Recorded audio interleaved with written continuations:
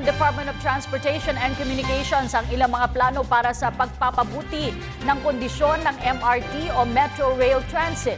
Kabilang na dito ang pagdating ng mga bagong bagon o train coaches. Ang detalye sa ulat ni Sam Ramirez.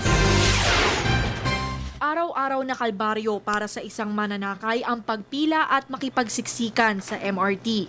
Kaya malaking ginhawa talaga ang balitang sa 2016, maaaring maging 10 minuto na lang ang hihintayin bago makasakay sa tren, imbis na sa kasalukuyang 30 minutos o higit pa.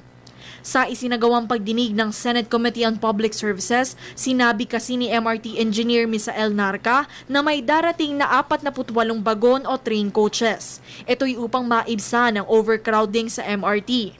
Kasabay pa nito ang iba't ibang plano ng Department of Transportation and Communication upang mapabuti ang MRT. Ngunit maaaring maudlot ang mga planong ito.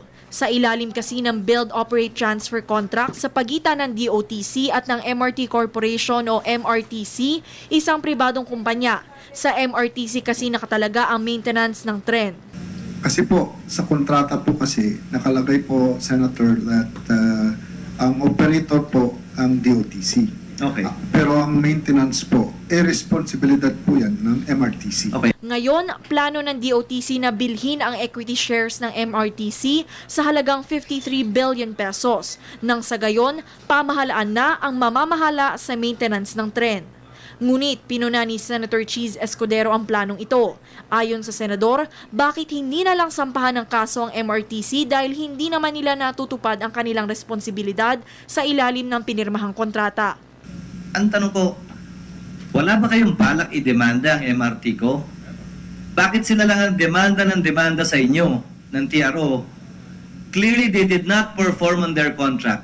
They are in default. They have not been doing all of this.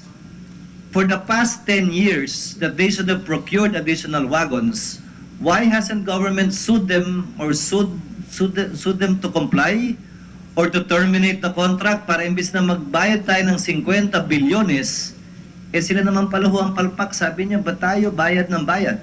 Yan ang magiging layunin ng ating mga susunod pang pagdinig.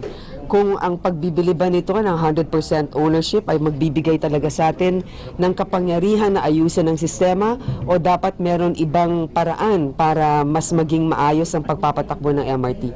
Paliwanag naman ni DOTC Secretary Emilio Abaya, may iba kasing kawani ng pamahalaan sa MRTC kaya't nagdadalawang isip silang kasuhan. Yung MRTC, bahagi ng mga director dyan ay mga directors din ng Land Bank, ng DBP at yung mga pribadong sektor. So kung kakasuhan natin yung MRTC, bahagi doon makakasuhan yung ibang kawani ng pamahalaan. Natin ko, hindi naman din nila kasalanan na umabot dito. Hanggat hindi pa napaplansya ang udlot sa maintenance aspect ng kontrata, nakatenga muna ang mga panukalang proyekto na magpapabuti sana sa serbisyo ng MRT.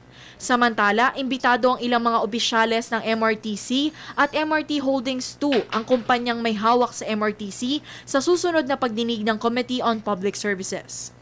Para sa Telebisyon ng Bayan, Sam Ramirez.